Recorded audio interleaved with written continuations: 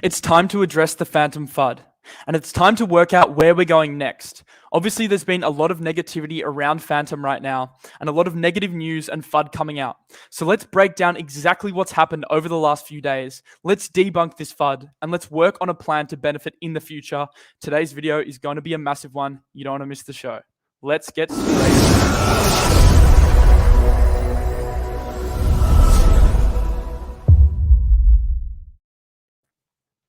So today's video is dedicated to going through exactly what happened on Fantom, exactly how we can plan for the future to benefit from this dip and make a bad situation into a good situation, because obviously there has been a lot of FUD, but we are going to debunk some of this today and go through exactly what happened over the last few days, which caused this dip, look at the reasons why, and look at what our potential paths out of this dip are.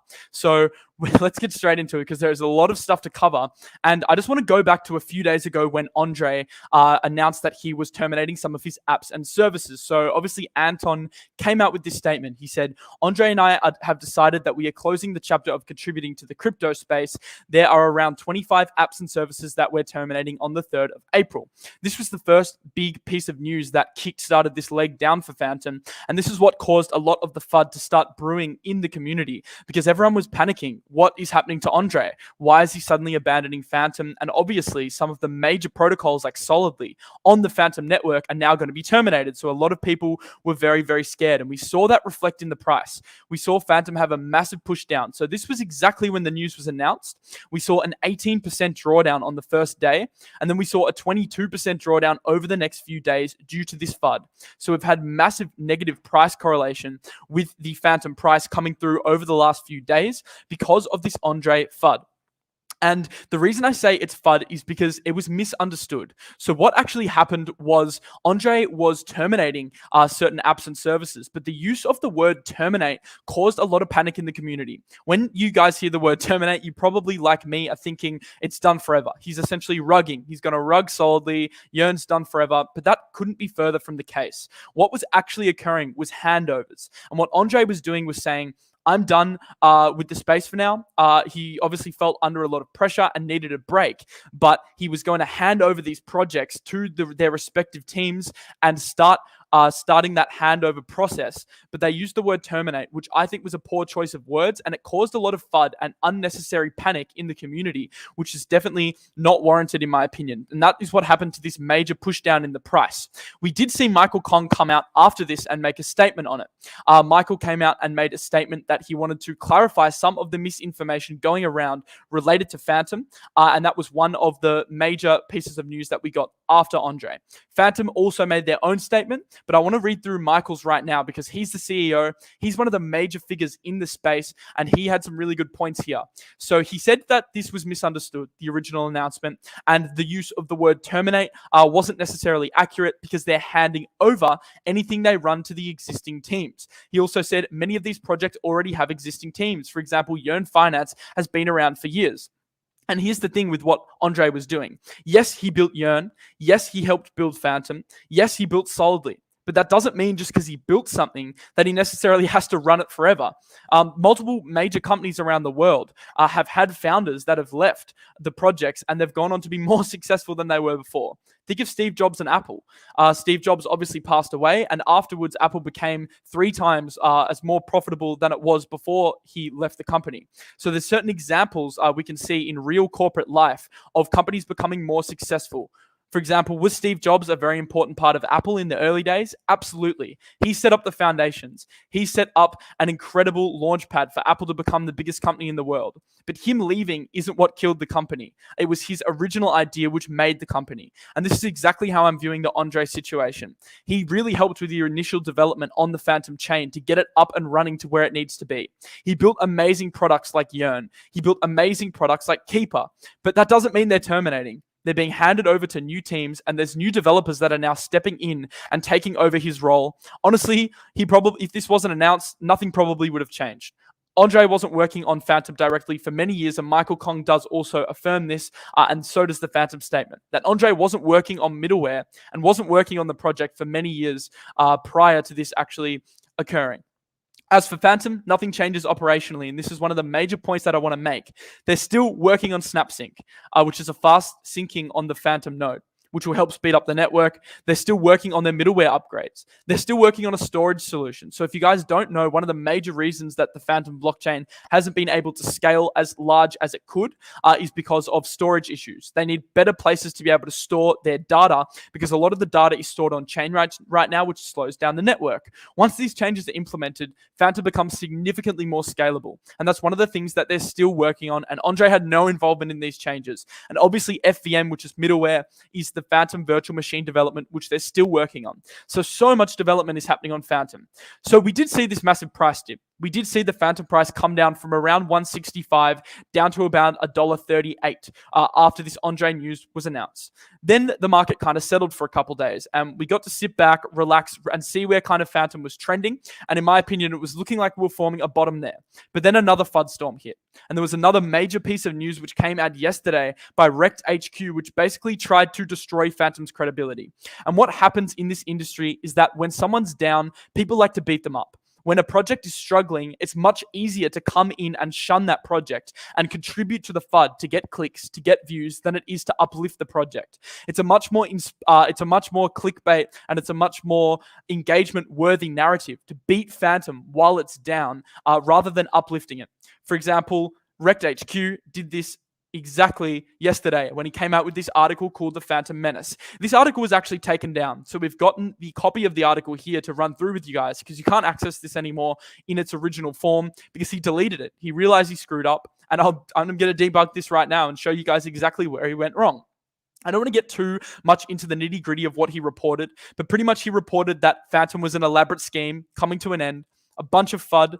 He basically made the claim that Fantom was sending some Fantom onto an exchange and basically dumping tokens. That was the main claim that he was making.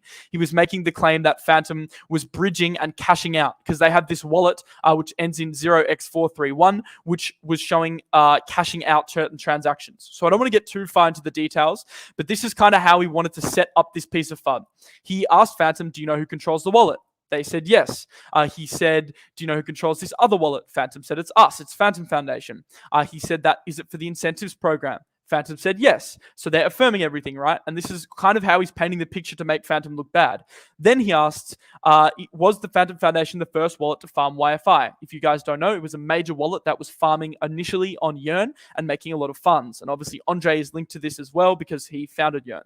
They said yes. And then he also said, are we using a multi-sig? They said we have both. We're moving to a multi-sig over time. All very appropriate answers. And then it's this last question that he uses to make Fantom look guilty, which is completely out of place. He said, over the last 5 months, you've sent $750 million to Binance. What was this used for? And he claims that Fantom never applied. So, okay, this article comes out and there's a lot of panic because everyone's saying, oh, look, we got all these screenshots. It must be true. And the thing with crypto is never assume something is wrong and never assume something is true when information first comes out. It's very easy to paint a bad picture of someone in crypto without having the facts to back it up. And this is exactly what he did here by getting a bunch of screenshots and trying to paint a picture that happened. How can we debunk this? Well, there was an amazing thread from Alex, which pretty much debunks this exactly. He says, tribalism in crypto is worrying. Just as I said, we shouldn't be jumping to a conclusion either way, but he debunks these claims. He goes through every single claim and he debunks every single thing from this article. He says claim 1, that the wallet sent out a total of 750 used to cash out. He debunks it by saying the wallet in question actually sent Fantom ERC20 tokens to Binance and then withdrew those tokens. So they sent it to the exchange, then they withdrew those same tokens back to an address on Fantom. Why did they do this? And this is the key point that RectHQ missed out on in his original FUD article. He missed out that they were doing this because they wanted to give people the opportunity to bridge from ETH to Fantom. There was not enough liquidity on chain. So due to the low liquidity, what they did was they took Fantom, they sent it to an exchange, and then they put it back onto ETH. So then they were able to provide liquidity so people could bridge. That was the major claim of this article, which he debunks here. I don't want to go through this whole thread because it's very long, but Alex goes step by step through exactly why the claims that RectHQ made were wrong and why it was basically complete FUD. He goes through and he debunks everything and he has addresses to back this up. What happens straight after this thread is RectHQ deleted. They deleted the article. They realized they screwed up. He realized he made a mistake. It was complete FUD. It was The claims made no sense. He said, Rekt got wrecked. We apologize to all our readers and to the affected protocols. He basically wrecked himself, wrecked himself. The claims meant absolutely nothing. It was completely debunked. And what Rekt did is he's basically ruined his entire career. RectHQ is a publication. It's actually quite a big publication. I'll show you here. 75,000 followers. The dark web of DeFi journalism. They posted some great articles in the past, but they're done. They're done now. Their credibility is completely ruined. This is terrible that you can actually come out and make a FUD article like this, and it just destroyed Rekt's credibility. So I won't be paying attention to any of their content ever again because I think it's pretty horrible. Fantom Foundation did put out a statement, and this is the major piece of news that I need to break down for you guys today. It is the Fantom Foundation's response to all of this FUD. So we had, as I said, two major pieces of FUD which caused this decline in the Fantom price. The first piece was Andre leaving Fantom. A lot of people were panicking about the future of Fantom with Andre terminating some of his projects. The second piece of FUD that was circulating around was the RectHQ article, which I just debunked. And that was the other statement that Fantom wanted to rectify here. So I'll go through some of the key points that Fantom makes because I think it's a very important thing for us to be looking at right now. They said that although we have previously addressed much of this miscommunication that has been made recently, we continue to see this misinformation circulating online. They basically called out the Rekt article and said that he retracted. They said they were false claims, which obviously were debunked, as I showed you before. And they wanted to say here that Fantom is the contributors is what made Fantom as strong as it is today. Fantom is not a sum of one part. It's a sum of many, many people. And the Fantom network has amazing developers. And this is what I really want to reiterate right now. The Fantom chain has some of the best developers in crypto. Andre, who's one man, doesn't make the project. If you're investing in Fantom simply for Andre, I think that would probably be a mistake. We should never be investing in a project simply because of one person. Would you invest in Ethereum because of Vitalik? No. Would you invest in Fantom simply because of Andre? No. We're investing in these protocols because we believe in their vision and we believe in the mass amount of developers and the teams that are actually building these protocols. I know Fantom has some of the best developers in crypto. Tigris, Dr. Liquid, the Spooky team's amazing. The Scream team's also amazing. Scream Dosh. There is amazing developers on the Fantom chain, and we shouldn't let one man taking a temporary break from developing on chain quell our entire opinions of a chain. I just don't think it makes sense, and that is the main thing Fantom addresses here. They said everything's still happening. We're in full motion here. Like the changes that we were going to implement are still being made, and the developers that are developing on Fantom are still developing. Harry is still developing. Major developers are still developing on Fantom. This isn't the end of Fantom in any way, shape, or form. They did go through point by point here and debunked some of the major facts. Just to clarify it straight, they said, while it's true that Andre stepped away from crypto and DeFi, he has put out the following statement, and this is very important.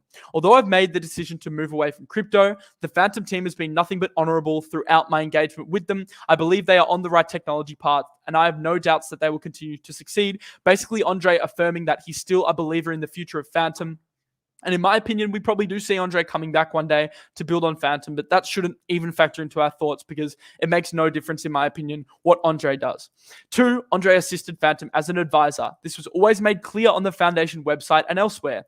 He provided high-level technical and treasury management advice and would put us in contact with individuals and projects that he respected and believed would be good for the Fantom ecosystem. We can think of Andre as an advisor to Fantom. He wasn't necessarily the main builder on Fantom like it was commonly reported. He was someone that set up Fantom for success with his initial contribution and is also setting them up for success with his networking, getting major individuals onto Fantom, making connections within the ecosystem and helping build Fantom. He was basically a master networker, this guy, and a master community builder. And I respect everything that Andre did for Fantom, but we cannot believe that the Fantom chain is fully responsible by Andre. Like, that's just not true, and Fantom goes and affirms this here. Once again, as I said before, they didn't terminate 25 projects. They were handing them over to existing teams. Solidly will probably still continue to run. We saw SolidX saying that they want to take over.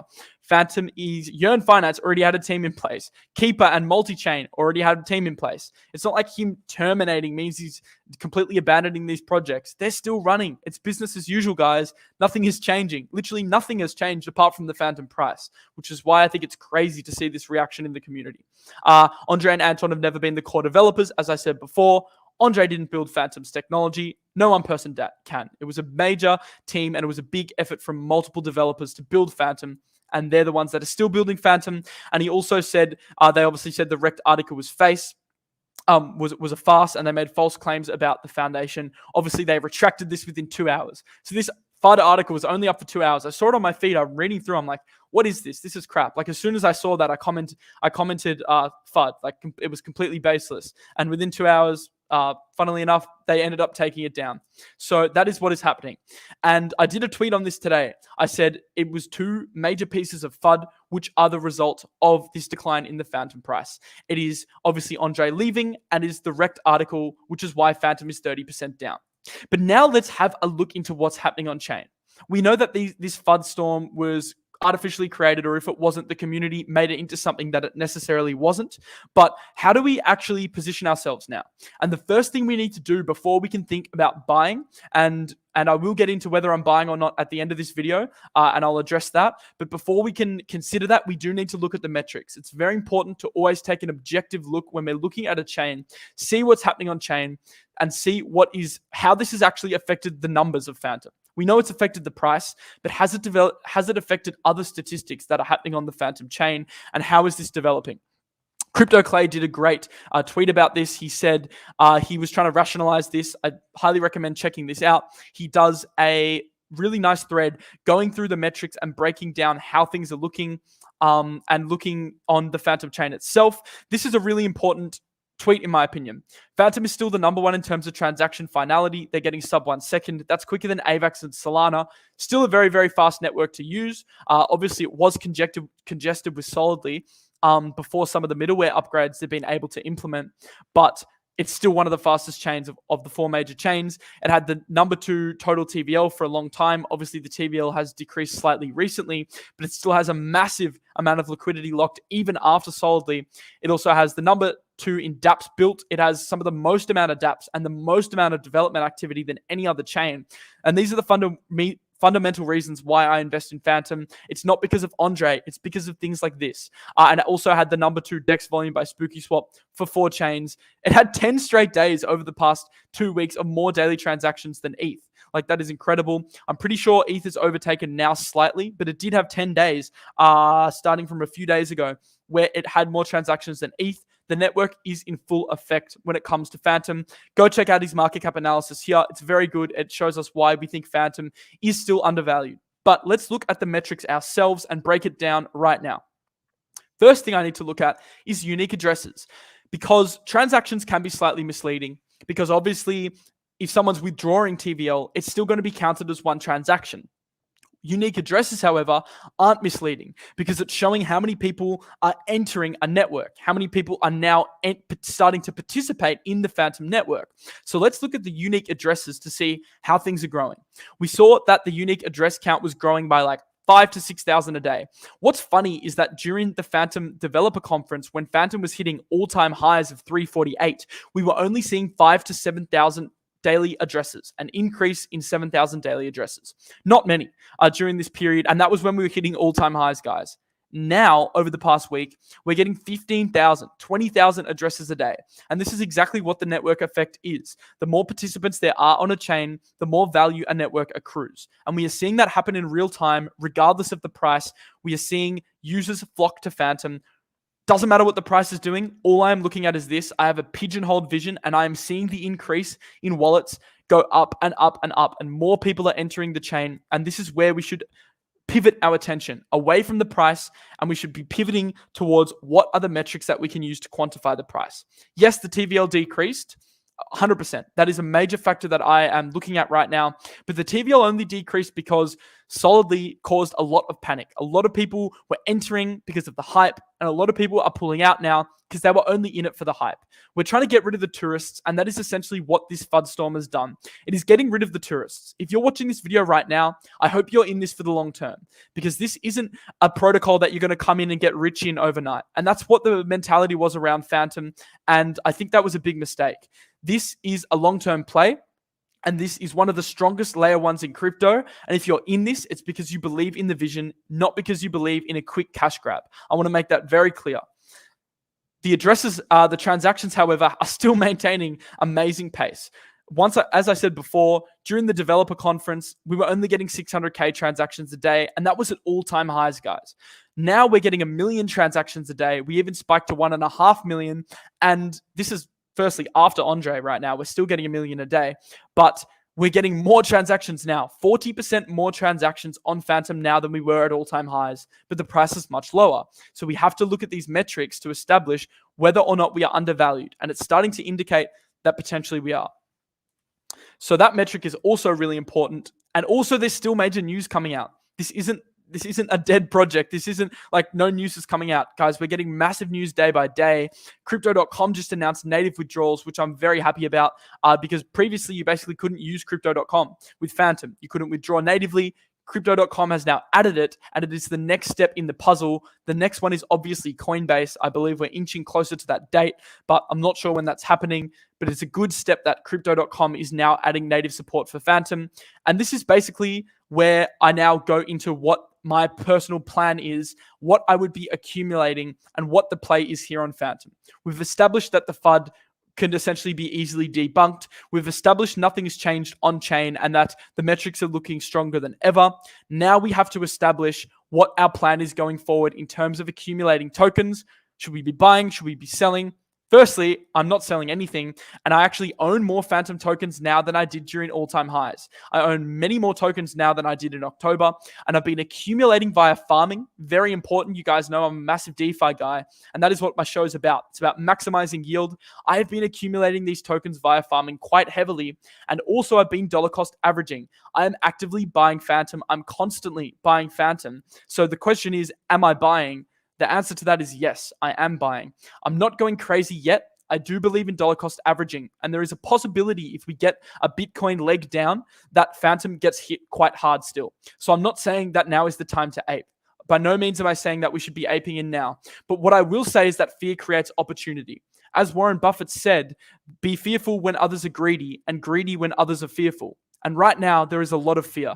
So now is the time to be greedy, not the time to be fearful. And that is exactly what I'm doing. And that is why I'm dollar cost averaging into Fantom, and I'm still farming my Fantom tokens. And I'll show you a couple strategies now for how you're actually able to farm your Fantom tokens, because that is very important.